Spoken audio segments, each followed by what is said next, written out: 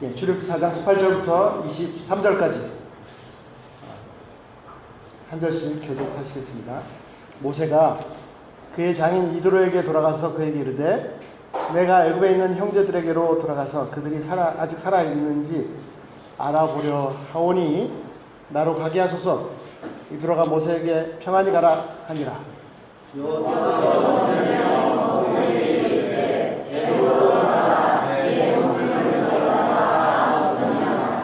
모세가 그 아내와 아들들을 나귀에 태우고 애굽으로 돌아가는데 모세가 하나님의 지팡이를 손에 잡았더라.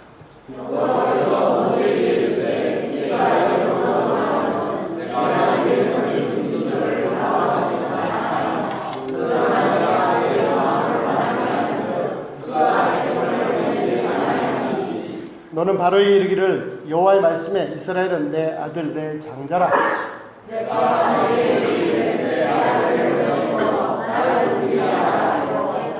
보내주기를 거절하니 내가 내 아들 내 장자를 주리라 하다 하라 하시니라. 아멘. 기도하시겠습니다. 거룩하신 하나님 감사합니다. 주님 찬양합니다. 저희 가운데 와주시고 함께 해주시고 좌정해 주셔서 감사합니다. 아멘. 주님이 저희의 생명이십니다. 아멘. 주님 이 시간도 친히 말씀해 주시옵소서. 아멘. 예수님으로 믿겠습니다. 아멘.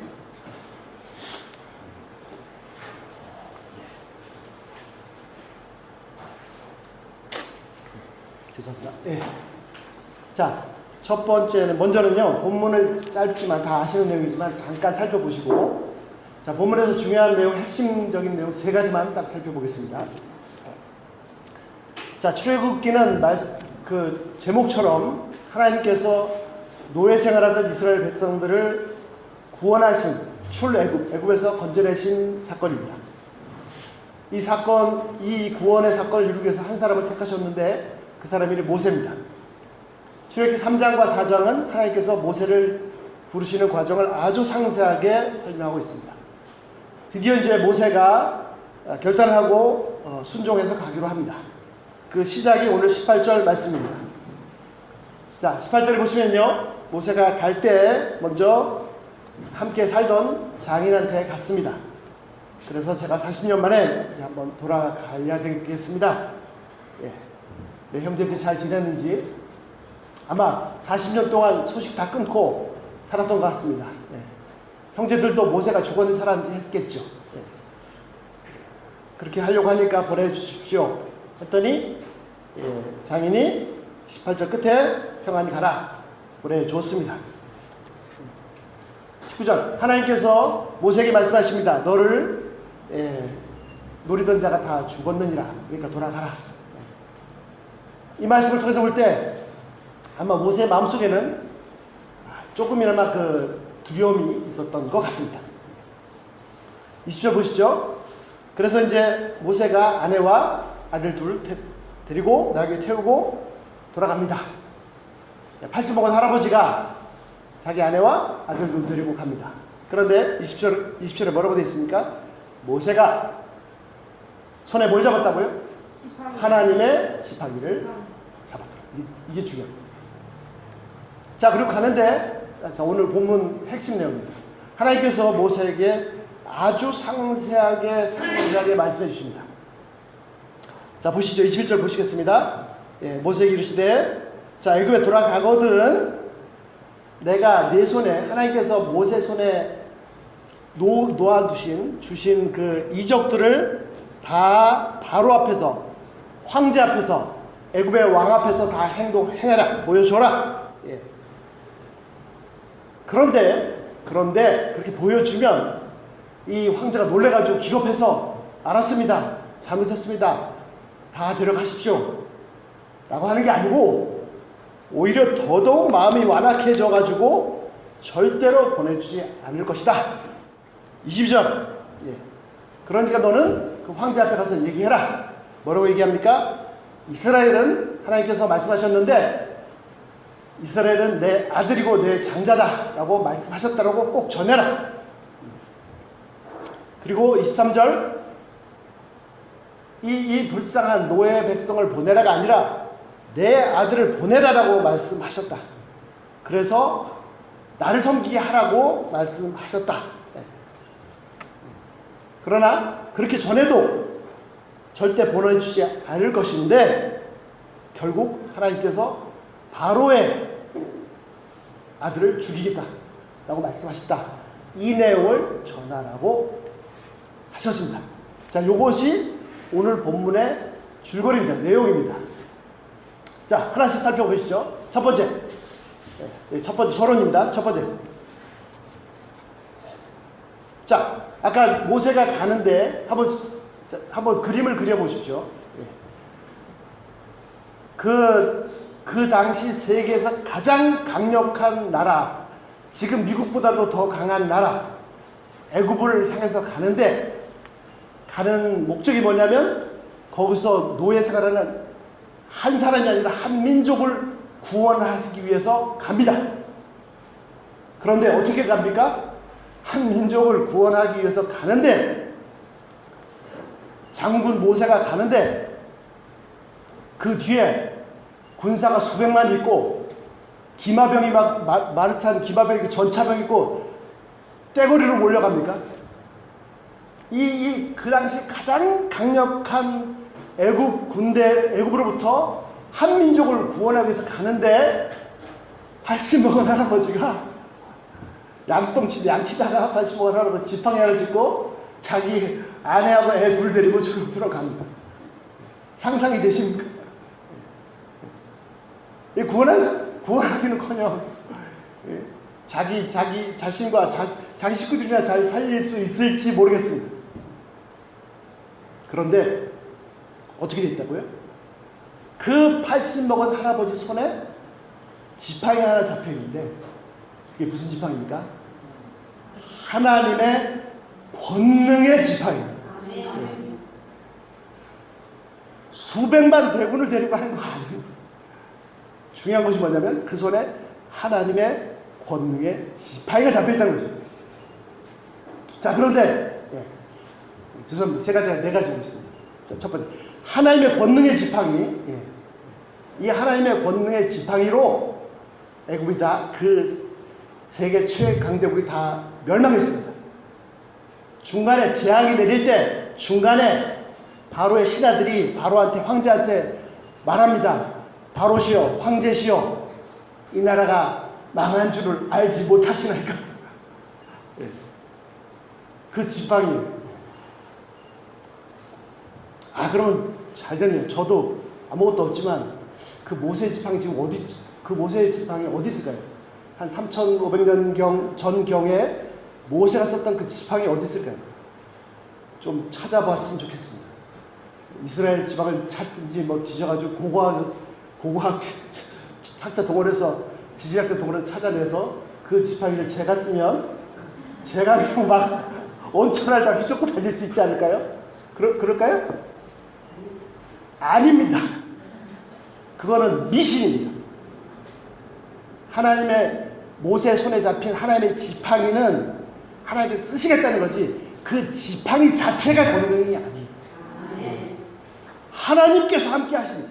하나님께서 지금 할아버지 모세가 지팡이 하나 잡고 가고 있는데 처자식 데리고 가고 있는데 온 우주의 창조주 주권자 하나님이 지금 가고 계신 겁니다. 그 지팡이가 중요한 게 아닙니다. 근데 왜 굳이 왜 이 나이 먹은 할아버지를 보내야 됩니까? 그냥 그럴 거면은 보내지 말고 그냥 하나님 직접 가서 하시면 되잖아요. 아니요, 보내셔야 됩니다. 왜요? 말을 해야 되는데 말을. 하나님 말씀하실 수도 있어요. 그런데 하나님 직접 말씀하시니까 사람 통해서 말씀하기를 원하십니다. 만약에 말 안 하시면 막 우박이 쏟아지고 막 지진이 나고 막 개구리가 막 온천날 다듬고 난리를 치면은 야, 이게 무슨 요즘 일기가 왜 이래, 천재지변이 왜 이래, 이 나라 뭐 망하는 거야, 무슨 애군이 어떤 거야, 딴 얘기 할 수 있겠죠. 아니요, 그거 하나하나가 다 여호와 하나님께서 하고 계시다는 그 말을 전하라고 모세를 보내요. 모세는 뭡니까? 전하기입니다. 전하기. 하나님 지금 말씀하시고요, 바로 귀 딱 대고 지금 하나님이 무슨 말씀하시는지 들으라고, 이 우박이 왜 떨어지는지 들으라고 전해주는 전화기입니다. 전화기. 전화기는 무슨 일 합니까? 전해야 됩니다. 똑바로 전해야 됩니다. 우리는 전화기입니다. 전화기. 하나님께서 주신 말씀 잘 듣고 잘 전해야 됩니다. 진짜 하나님께서 권능으로 역사하십니다. 두 번째. 자, 그래서 이제 가서 말씀을 전합니다. 그것도 바로 그냥 바로 황제한테 가서 바로한테 가야 됩니다. 딴 데로 가시면 안 됩니다. 누가 그러더라고요. 이 세상에서 왕 중에서 제일 빨리 왕이 된 사람이 누구냐 했더니 바로 왕이래요. 자, 가서 전화했습니다. 근데 말씀 보시면요, 뭐라고 되어 있습니까? 21절에 보시면, 자, 바로 왕한테 가서 말씀을 전하라. 그리고 기적도 막 하나님의 권능을 보여줘라. 그런데 제가 조금 전에 말씀 보신 것처럼요, 그렇게 하면 바로는 쳐보는 거 아니에요. 세상에 이런 일이 있나? 그러면 지가 아무리 잘났지만 빨리 한국하고 보내야 될 거 아닙니까? 그렇죠? 이게 정상적인 상식적인 일이죠. 반응 보니까 별로 아니거든요. 저희는 이 본문에 너무 익숙해졌습니다. 하나님께서 가서 막 전하는데도 하나님께서 막 바로가 더 막 날뛰는 거기 아주 익숙해졌습니다. 아닙니다. 만약에 저희가 이 똑같은 상황을 겪고 있다면 그렇지 않을 겁니다. 자, 하나님께서 뭐라고 하셨어요? 그렇게 기적과 하나님의 권능을 자꾸 보이면 보일수록 바로가 약해져서 보내는 게 아니고 더 완악해지고 더 악독해져서 더 피박하고 그렇게 할 거라고 미리 말씀하셨어요. 23절 보내기를 거절할 거라고 말씀하셨어요. 자, 하나님께서 함께 하셔서 저희 가운데 일하십니다. 그러면 모든 일이 다 형통하게 풀리고 나를 그토록 미워하던 사람도 갑자기 확 떨어져서 나를 좋아하게 되고 은혜를 입게 하고 그렇게 됩니까? 그렇게 될 때도 있습니다. 그러나 반대로 분명히 하나님께서 함께 하시는데 기도했는데 점점 일은 점점 더 안 되고 더 어려워지고 나를 미워하는 사람은 더 미워하고 그렇게 될 수도 있습니다. 점점 더 마음이 완악해질 수 있습니다. 무슨 말씀인지 아시죠? 저희들은 하나님께서 함께 하시고 내가 기도하면은 바로 응답해 주시고 해결해 주실 걸로 기대합니다. 아니요, 어떤 때는 점점 더 완악해지는 것이 하나님의 응답일 수 있습니다. 한번 거꾸로 생각을 해보세요. 처음에 바로가 가서 얘기를 했어요. 그랬더니 모세가 가서 얘기를 했습니다. 그때 장로들이 경배하고 드디어 하나님께서 우리를 구원하신다 하셨어요. 그런데 바로 여기 들어가서 보내라고 했더니 바로 첫 반응이 뭡니까? 여호와가 누구냐? 바로로서 기가 막히겠죠. 자기는 지금 이 제국의 황제인데, 황제가 아니라 신인데 어디서 저 시골에서 시골에서 나타나가지고 여호와 하나님 신을 자기네 신을 들먹으면서 내보내라고 하니까 얼마나 기가 막히겠어요. 여호와가 누구냐? 바로가 이 말을 진짜 큰 실수한 겁니다. 바로는 평생에 하나님이 어떤 분인지 처절하게 두들겨보면서 알게 됐어요. 여호와가 누구냐? 왜 내가 내보내느냐? 이것이 바로의 반응이었어요. 그러고서 어떻게 했습니까? 더 노역을 심하게 했죠. 그랬더니 이스라엘 백성들은 분란이 일어났습니다. 아침에 일어나가 보니까 더 일이 심해졌습니다. 그래서 어떻게 했습니까? 왜 집을 스스로 구해서 하라고 합니까? 너희가 게을러다. 바로한테 가서 얘기하려고 했더니 바로가 진노하면서 너희 게을르다 야단쳤습니다. 자신들의 목숨이 위협을 느끼고 돌아왔습니다. 괜히 노예 생활 잘하고 있었는데 이상한 할아버지 모세가 나타나서 구원한다고 해가지고 우리를 더 힘들게 만들고 있어요. 그래서 길에서 모세를 만났는데 하나님을 들먹이면서 모세를 하나님께서 너희를 판단하시라 했습니다. 5가지밖에 안 나와 있지만 자, 10가지 재앙이 진행되는 동안에 이 백성들이 어떤 상황을 겪었을까요? 물론 성경에 안 나옵니다. 그러나 저는 상식적으로 그냥 당연히 그렇게 생각했습니다. 막 재앙이 점점 심해지면서 바로가 계속 두들겨 맞으니까 이스라엘 백성들은 와 신났다 이제 결국은 바로가 다 항복하고 우리가 해방되는구나 이렇게 생각했었으려고 무의식으로 생각했습니다. 그러나 실제 그 상황을 겪어보면요 절대 그렇지 않습니다. 물론 구체적으로 안 나왔기 때문에 저희가 함부로 말할 수 없습니다. 그래서 저는 이런 생각을 해봅니다. 어떻게 해요? 자, 물이 피가 됐어요. 그래가지고 먹을 물이 없습니다. 바로가 힘들겠습니다. 모세 보내라. 자, 모세와 바로가 강대강으로 계속 부딪힙니다. 계속 부딪히는데 강대강으로 계속 부딪힐 때 죽어나는 건 백성들입니다. 백성들. 우리는 정말 잘 살고 있었는데 왜 모세가 나타나서 자꾸 바로를 자극해가지고 왜 바로를 점점 성질을 더 넣어가지고 아니 우리를 해방시킨다며 해방은 도대체 언제 시킨 거야? 그게 하나님의 응답입니다. 바로가 점점 완악해 될 수도 있습니다. 상황이 더 나빠질 수도 있습니다. 하나님께서 미리 모세한테 말씀하셨습니다. 그러나 그 바로가 점점 완악해진 것이 결국은 완악해서 끝까지 갔다가 아니고 최종적으로 하나님께서 구원을 완성하시기 위해서 그 과정을 거치게 하신 것입니다. 자, 세 번째. 첫 번째는 모세 손에 잡혀있던 하나님의 지팡이. 두 번째는 하나님께서 바로를 완악하게 하셨습니다. 세 번째, 왜 완악하게 하셨습니까? 왜 완악하게 했습니까? 자, 모세가 가서 얘기합니다. 황제한테 이 백성을 내보내라고 하나님께서 명령하셨습니다. 근데 왜 바로가 왜 안 내보냈어요? 왜 안 내보냈습니까? 그 이유는 뭐냐면 이 바로가 황제가 모세가 얘기하는 이스라엘 백성의 하나님 여호와 하나님이 어떤 분인지를 전혀 몰랐기 때문입니다. 알 수가 없죠. 전혀 몰랐기 때문에. 그러니까 정말 모세가 웃기는 얘기하고 있는 거죠.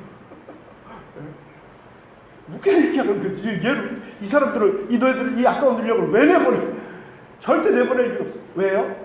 하나님이 몰랐기 때문에. 하나님이 몰랐기 때문에. 하나님이 어떤 분인지를 몰랐기 때문에. 아니, 하나님이 어떤 분인지를 모르는 정도가 아니고요. 자신이 신인 줄 알았어요. 자신이 신인 줄 알았어요. 바로가 신입니까? 절대로 아니다. 바로가 아마 그 당시 지구상에서 가장 힘센 사람일 수 있습니다. 그럴 겁니다. 그러나 그보다 1000배, 1000배 그 당시 지구상에서 가장 힘센 사람보다도 수천만 배 권력을 가지고 있는 사람일지라 할지라도 절대 사람이지 신이 아닙니다. 하나님께서 오실 때는 그 바로나 그 바로 앞에서 살려주십시오. 한 사람의 목숨을 쥐고 온다는 바로나 거기서 살아남으려고 뻐는거리는 어떤 연약한 자나 하나님께서 볼 때는 차부도 똑같아. 안 보여. 네가 좀 크냐? 똑같아. 절대 신이 아닙니다. 바로가 실패한 데가 거기 있습니다.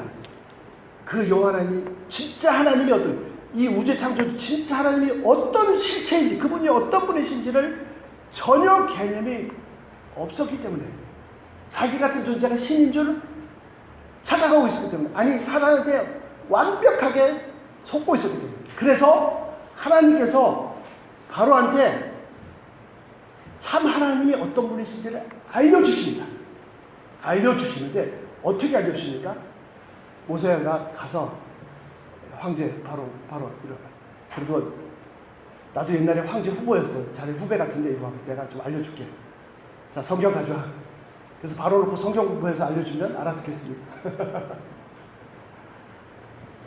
말로 알려줘서는 알 수가 없어. 머리에 여호와 하나님이 창조주시고 아무리 해봤자 알 수가 없어. 이 권능과 권세를 가지고 있다는 이 사람은 어떻게 해요? 진짜 실제 파워 인카운터 진짜 권능을 부딪혀 봐야 그 하나님의 실체가 어떤 분인지를 알 수가 있습니다. 그래서 알게 하신 겁니다. 한번 보실까요? 예, 보시죠. 자, 예, 뭐 안 찾으셔도 됩니다. 나중에 찾아보셔도 좋고요. 자, 권능 10가지 권능이 진행이 되는데 그 가운데 계속해서 하나님께서 하시는 말씀이 있습니다. 자, 한번 말씀드릴게요. 자, 출애굽기 6장 7절. 내가 내 백성을 삼고 나는 너희 하나님 되리니 나는 애굽 사람의 무거운 짐에서 너희를 빼어낸 너희의 하나님 여호와인 줄을 너희가 알지라. 첫 번째 6장 10절 뭐라고 말씀하시면 이스라엘 백성들이 내가 하나님인 거 알게 될 거다 말씀하셨습니다. 7장 5절. 내가 내 손을 애굽에 펴서 애굽 펴서 이 이스라엘 자손을 그 땅에서 인도해 낼 때야 애굽 사람이 나를 여호와인 줄을 알리라. 아까 6장 10절 뭐라고 했어요? 이스라엘 백성들이 그냥 들어오던 조상통에 들어오던 하나님 그 실체가 어떤 분인지를 알게 될 거다. 7장 5절 뭐라고 했습니까? 아니 거기서 끝이지 않습니다. 애국 사람들이 내가 여호와인 걸 알게 될 거다. 끝이 아닙니다. 자, 첫 번째 재앙이 시작됩니다. 첫 번째 재앙 7장에서 시작되는데 7장 17절 하나님께서 바로한테 말하라고 모세에게 말씀하십니다. 뭐라고 말씀해요? 여호와가 이같이 이르노라. 내가 바로가 이로 말미암아 내가 여호와인 줄을 알리라. 첫 번째 재앙입니다. 자, 8장 10절 두 번째 재앙. 그가 이르되 내일이라. 모세가 이르되 왕의 말씀대로 하여 왕에게 우리 하나님 여호와같이 같은 이가 없는 줄을 알게 하리니. 이게 핵심 메시지입니다. 계속해서 바로한테 하나님이 어떤 분인지를 알게 될 거다. 자, 22절. 그날에 내가 내 백성이 거주하는 고센 땅을 구별하여 그곳에는 이게 네 번째 재앙입니다. 파리가 없게 하리니 이로 말미암아 이 땅에서 내가 여호와인 줄을 누가 알아요? 네가 바로가 알게 될 것이다. 다섯 번째 재앙입니다. 9장 5절. 여호와가 이스라엘 가축과 애굽의 가축을 구별하느니 이스라엘 속하는 것은 하나도 죽지 아니하리라. 죄송합니다. 14절입니다. 14절. 일곱 번째 재앙. 내가 이번에는 모든 재앙을 너와 내 신하와 내 백성에 내려 온 천하에 나와 같은 자가 없음을 누가요? 내가 바로가 알게 하리라. 29절입니다. 29절. 모세가 그에게 이르되 내가 성에서 나가서 곧 내 손을 여호와를 향하여 펴리니 그리하면 우레 소리가 그치고 우박이 다시 있지 아니하리라. 세상이 여호와께 속한 줄을 누가 알려? 왕이 알리로라. 자, 여덟 번째 장입니다. 10장 10절. 내가 내가 애굽에서 행한 일들 곧 내가 그들 가운데 행한 표징을 내 아들들과 내 자손의 귀에 전하기 위함이라. 너희는 내가 여호와인 줄 알리라. 하나님께서 바로의 치명적인 문제가 뭐였냐면 모세가 얘기하는 그 하나님이 누구지를 몰랐습니다. 그 정도가 아니라 자신이 신인 줄 완전히 사탄한테 속고 있었어요. 이 일은 바로에게만 해당되는 게 아니라 처음에 아담을 타락시킬 때부터 내가 하나님처럼 될 거다. 그때부터 사단이 인간을 계속해서 속이는 거예요. 바로는요, 그 끝에 있어요. 끝에. 하도 권력이 많고 가진 게 많으니까 하나님을 모를 뿐 아니라 자신이 하나님인 줄 착각했어요. 이 가진 모든 권세가 그에게는 불행이었어요. 불행. 차라리 없었다면, 가난했다면 마음을 낮추고 하나님을 알았을 수 있는데 하나님께서 오셔서 겉으로 보이는 건 막 애굽을 막 징벌하시고 바로를 막 두들겨 패신 것 같은데 이 권능의 충돌, 이 능력의 파워 인카운터를 통해서 바로를 지금 제대로 교육시키고 있습니다. 진짜 진리를 깨닫도록. 저는 지금까지는 이 말씀 보면서 바로는 진짜 악역인 줄 알았습니다. 물론 악역을 했습니다. 그런데 이번에 말씀 보면서 물론 본문에 안 나왔기 때문에 제가 함부로 말할 수 없어요. 그러나 바로를 향한 하나님의 의도가 조금 몰라요. 아마 그 홍해 강가에서 다 수장되고 다 죽고 나서 바로 황제 혼자 남아서 진짜 하나님 앞에 무릎 꿇을 수 있지 않을까 그런 생각을 해봅니다. 그러나 이거는 제 개인 생각, 본문에 안 나올 때 함부로 말할 수 없어요. 자, 네 번째 핵심 주제 하나만 보겠습니다. 자, 네 번째요. 22절 보시기 바랍니다. 바로한테 가서 뭐라고 말해야 되는지 하나님께서 모세한테 말씀하십니다. 자, 네가 가서 말하고 표적을 보여주면 계속 점점 마음이 완화될 거다. 그거 안 보낼 거다. 예. 근데 그때 가서 말해라. 뭐라고요? 22절. 이스라엘은, 자, 여호와의 말씀에 이스라엘은 내 아들, 내 장자다. 자, 23절 보시죠. 내가 내게 이르기를 내 아들을 보내. 하나님께서 이스라엘 백성들 보내라고 할 때 그냥 이스라엘 백성들 보내라고 하지 않으시고 뭐라고 하냐? 내 아들을 보내, 내 새끼를 보내라. 나를 섬기하라. 그래서 거절할 건데, 그래서 어떻게 해요? 내가 내 아들, 내 장자를 죽이리라. 예. 보십시오. 저는요, 이렇게 이해했었습니다. 하나님께서 보시니까 이스라엘 백성들이 노예 생활하고, 대대로 노예 생활하고, 불쌍하니까, 아, 도저히 안 되겠다. 쟤들을 가서 살려줘야겠다. 라고 그렇게 이해했었습니다. 근데 그게 아니었어요. 자, 편지가 왔습니다. 편지를 와보니까 뭐 연애 편지네. 뭐 열렬히 사랑하는구만. 이렇게 끝나는 사람이 있어요. 어떤 학자들은요, 돋보기 들고 딱 들여드려요. 가만히 이 편지가 진짜가, 이 쓴 사람이 진짜가, 대필한 거 아닌가? 근데 어떤 사람은요, 그 편지 받고 눈물 통곡 쏟아내면서 그 사랑에 감격해서 울었어요. 성경은요, 구약은 뭐 심판의 메시지만 얘기하는, 특별히 구약 성경은 뜨거운 하나님의 사랑의 연애 편지입니다. 하나님께서 지내시다 보니까 이스라엘 백성들이 불쌍해서 저들을 구원해 주겠다. 그 정도가 아닙니다. 지금 우리가 본문을 읽으셨지 않습니까? 하나님께서 뭐라고 말씀하셨어요? 하나님께서 바로한테 딱 찾아가서 말씀하셨어요. 뭐라고요? 바로가 붙잡고 있는 이 갱단이, 마피아가 붙잡고 있는 그 사람들, 아, 저 불쌍하다, 저 구해야 돼. 이게 아니란 말입니다. 바로한테 가서 뭐라고 말씀하세요? 야, 이놈은 바로야. 너 지금 네가 붙잡고 있는 그 이스라엘 백성들이 어떤 사람인 줄 알아? 내 새끼야, 내 새끼. 내 자식이란 말이야, 그만. 당장 내보내. 안 내보내. 안 내보내. 네 새끼 다 죽는다.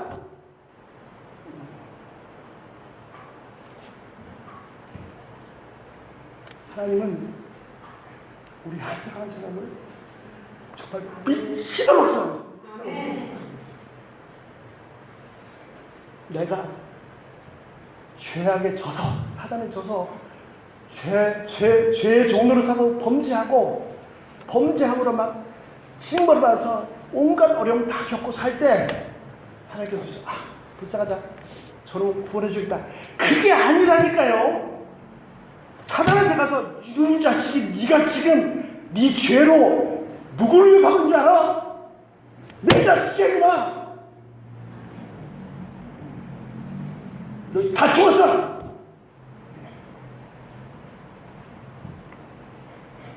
하나님의 권능과 함께 우리를 향한 묻지 말지 않은 하나님의 사랑이 속에 있어. 네. 내가 범죄할 때 더 아파하세요. 내가 범죄해서 잘못해서 고통받을 때 더 아파하세요.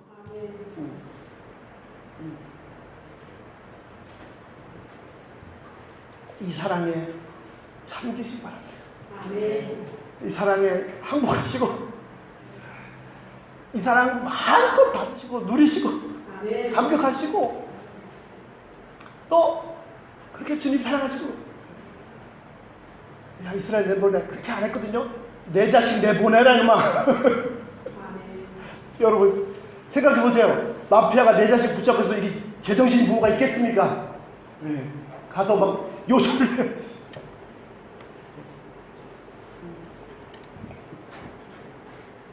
목사는 할 일이 있어요. 전학이거든요. 전해야 될 내용이 딱 하나 있어요. 뭐예요? 하나님이 나를 사랑하시냐. 당신을 사랑하십니다. 아멘. 우리 성도들이 이 세상에 보내셨습니다. 뭐 하라고요? 하나님이 이 우주의 창조주께서 당신을 사랑하세요. 이거 전하는 거예요. 같은 편지를 읽어도 연애 편지네 그렇게 안 되겠죠. 저희 평생에 이 사랑의 잠시 기간 한마디만 그 말씀드리고 마치겠습니다. 베드로가 실패했지 않습니까? 베드로가 실패했어요. 베드로가 3번 큰 소리 치고는 가서 3번 부인하고 실패했습니다. 베드로가 그렇게 사랑받았지만 도저히 이제 예수님 앞에 설 수가 없습니다. 근데 예수님 오셔서 요한복음 1장 물으시잖아요. 네가 날 사랑하느냐? 아니 왜 물으세요? 베드로가 예수님 사랑을 몰라서 물으세요? 예수님 사랑을 모르셨기 때문에 아이고 네가 날 구원하는 것보다 네가 날 사랑하지 않는구나. 그래서 물으신 겁니까? 아니에요. 베드로가 죽기까지 따르겠습니다 할 때 그것이 진심인 줄 다 알고 계셨습니다. 베드로가 예수 사랑을 다 아세요. 근데도 물으세요. 여러분 고백하십시오. 고백. 예수님도 고백 듣기로 하세요. 고백도 해야 되고 행동도 해야 되고 진심도 다 해야 되고. 예수님도 좀 이거 삐지셨나 봐요. 내가 사랑이야. 그때 안 물으셨으면요 베드로하고 예수는 끝납니다. 베드로를 위해서 물으신 겁니다. 네가 나를 사랑하느냐? 예수님도 사랑 받고 싶어요. 사랑받고 싶어요. 그다음 뭐라고 하셨습니까? 베드로 고백합니다. 내가 주를 사랑하는 주께 사자. 생각해 보시죠. 만약에 옛날에 그렇게 부르셨다면 베드로 흥분했을 겁니다. 예수님 내가 당신 사랑하냐고요? 그런 걸 지금 질문이라고 하니까 제가 사랑하지 않는 몇 가지 왜 하겠습니까? 큰 소리 빵빵 쳤을 거예요. 근데 지금은 좀 유구무원이라 말을 못하겠어요. 자기 전과가 있으니까. 근데 고백 안 하면 안 돼요. 고백하면 진짜 끝날지도 몰라요. 그래서 고백을 하는데 어떻게 고백합니까? 두렵고 떨림으로 내가 주를 사랑하는 주께서 아시지 않습니까? 과거에는 베드로의 사랑이 자신의 혈과에 기초한 사랑이었어요. 지금은 예수님을 의지해서 사랑합니다. 그랬을 때 예수님이 뭘 부탁하셨습니까? 내 어린 양을 치어 내 양을 먹이라. 이 영혼들을 부탁하셨어요. 이 영혼들은 어떤 영혼들입니까? 죄인들입니다. 정말 형편없는 죄인들입니다. 진짜 죄인들입니다. 뭔가 나쁜 짓 하고 베드로를 잡아 죽일지 모릅니다. 그런 죄인들입니다. 근데 어떤 사람들이죠? 예수님이 목숨 바치신 영혼들. 썩을 죄인들입니다. 예수님께서 목숨 주신 예수님께 너무 소중한 죄인들입니다. 그 영혼들을 부탁하십니다. 누구한테요? 똑똑한 사람한테? 천재한테? 권세 있는 사람한테? 아니요. 제가 주를 사랑하는 주께서 아시지 않습니까? 라고 고백하는 사람한테 부탁하십니다. 자, 베드로가 3번 예수 3번 고백했고 3번 부탁하였습니다. 베드로의 남은 인생은 속이 다 문드러지고 썩어져 나가면서도 그 죄인들을 예수님께서 피 흘려 사신 그 죄인들, 그 영혼들을 끝까지 사랑하고 섬기면서 궁극적으로는 그들을 사랑한다. 궁극적으로는 뭡니까? 나 같은 자를 포기하지 않으시고 끝까지 사랑하신 그 주님을 사랑하는 겁니다. 이 어린 양들을 섬기는 그 행위는 그 영혼들을 사랑하는 거지만 그 속에는 뭐가 있습니까? 주님, 제가 주님을 사랑합니다 라는 사랑 고백입니다. 그 자리에서 3번 고백했지만 그건 시작이고 평생 동안 다른 영혼을 섬기면서 제가 주님 사랑합니다 하는 사랑의 고백입니다. 결론을 내리겠습니다. 하나님은요 우리에게 뜨거운 사랑의 편지를 보내주셨습니다. 이 속에는 우리가 상상도 할 수 없는 그분의 사랑이 담겨있습니다. 이 말씀 속에 푹 들어가서 바로처럼 하나님이 누군지 모르지 마시고 푹 들어가셔서 하나님의 사랑을 또 새롭게 정말 깊은 데로 비장시기 바랍니다. 그래서 바울 사도가 얘기하기처럼 그 사랑이 나를 사로잡아서 그 사랑이 나를 관건해서 새로운 빛을 만든도다. 그렇게 참으시기 바랍니다. 그리고 우리는 주님의 편지고 주님의 메시저고 주님의 사자들입니다. 여러분 하나님께서 당신을 이렇게 사랑하십니다. 이렇게 사랑하십니다.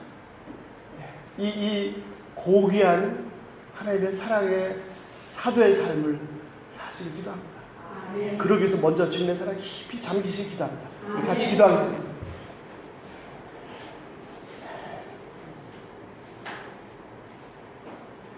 거룩하신 하나님, 감사합니다.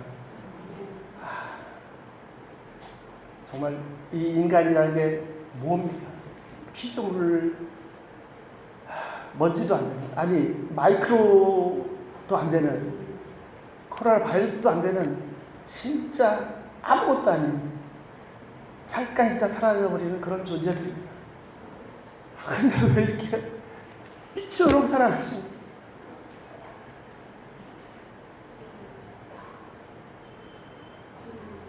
하나님, 제발 저희의 가려진 눈을 열어주셔서 하나님의 마음을 알 수 있도록, 이 하나님의 뜨거운 사랑을 알 수 있도록, 나 한 사람이 하나님께 얼마나 소중한 존재를 알 수 있도록 제발 좀 깨닫게 해 주시옵소서.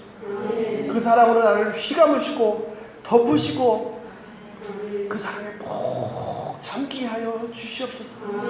진정 세상과 나는 간 곳이 없고 구속한 주만 보이도다. 초막이나 궁궐이나 그 어디나 하늘나라 주님의 사랑에 깊이 오늘도 또 새롭게 끝없이 다시 새롭게 그 사랑을 깨닫고 체험하게 하여 주시옵소서. 그리고 저희도 정말 미력하지만 손 부끄럽지만 두렵고 떨림으로 주님 사랑하는 것 주님 아시지 않습니까? 저희도 그렇게 사랑 고백을 드리기를 소원합니다. 하나님, 저희의 입술의 고백뿐만 아니라 도대체 저희가 뭐길래 저희의 입술의 고백까지도 듣기를 원하십니까? 그 고백뿐만 아니라 저희 매일매일의 삶이 한 사람 한 사람을 사랑하고 섬기면서 그 삶이, 아니 심지어 나를 괴롭히는 그 영혼까지도 사랑하는 그 삶이 저희가 진정 주님 사랑합니다라는 사랑 고백이 되게 하여 주시옵소서. 저희의 남은 인생에 주님께 대한 연애 편지로 가득 채워 주시옵소서. 주님 사랑합니다. 너무너무 감사합니다. 감사합니다. 아버지 혼자 당신만이 하나님이시, 당신만이 영광을 받아 주시옵소서. 감사드리며 예수님 믿습니다.